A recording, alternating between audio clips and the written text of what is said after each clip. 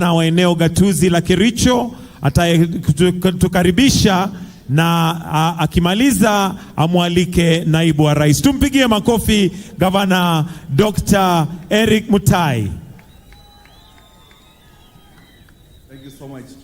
Your Excellency, the President of the Republic of Kenya, Dr. William Samoei Ruto, Her Excellency, the First Lady, Mama Rachel Ruto, His Excellency, the Deputy President, His Excellency Rigathi, Her Excellency Rigathi Gachagua, Rigathi Dorcas, the speakers of the two houses, all invited guests, ladies and gentlemen. It gives me a pleasure this morning to welcome all of us to Kericho County. Indeed, if there is one single honor you have demonstrated to the people of Kericho, is your choice to have this state event in Kericho County. And on behalf of the great people of Kericho, we wish to say thank you, na kwa niaba yao tunasema asante sana. Secondly, Your Excellency, we wish also to indicate that as we celebrate this very important occasion, as the county government of Kericho, we have 1,600 community health promoters. With the program you have put in place, we are committed as counties to ensure that we commit 50% in our budget to match what the national government is providing us, so that we are able to give stipend to the community health promoters.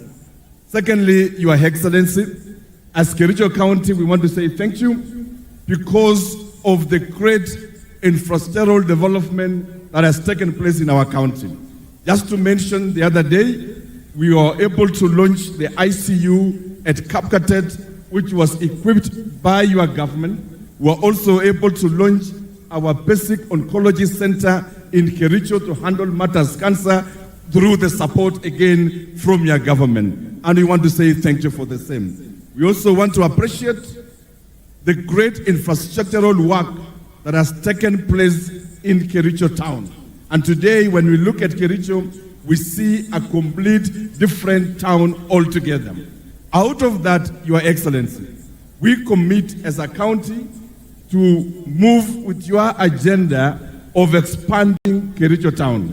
I know that we have earmarked 1,000 acres for expansion, and already we are in the process of negotiating with the squatters so that Your Excellency will be able to get a new town of Kericho.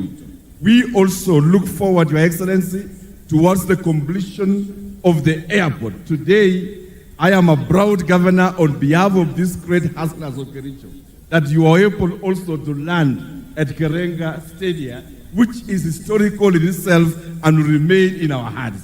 As Kenyans would say, today we can sleep with our shoes tonight, because we never imagined we can have landing in the airspace around. Our request is for station towards completion on the same. Lastly, Your Excellency, towards achieving the healthcare and towards accessible healthcare, already we have upgraded level 4 to level 5. Our ask, and I know you know these things, Your Excellency, because these things you initiated when you were minister and when you were deputy president. And this includes the constructions of the proposed level 6 for the South Rift, which I know is your agenda. This also includes the completion of Londiani Masaida Dam, and this also includes the Poster Dam, which I know in your agenda, and I don't want to elaborate on that because it is within your agenda and because you know this county, and as a father of this nation, you are familiar with the desires of our hearts in this region. Lastly, we want to say thank you for this stadium. Today we have a very beautiful stadium, and as a county we are saying thank you. Out of this, again, Your Excellency, we invite Your Grace to also consider what you began and what you have always dreamed for, the completion and the construction of Kapkatet Stadium, which is an historical ground for us. Basically, Kericho is a home of heroes, as I conclude. The first athlete to conquer the track is none other Kiblimo Rugut, who hails from this county and the son of this county.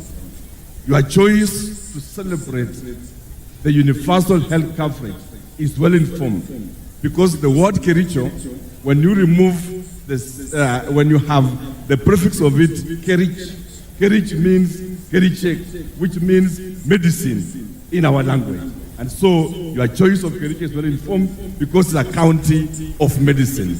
With those few remarks, Your Excellency, let me take this humble opportunity to welcome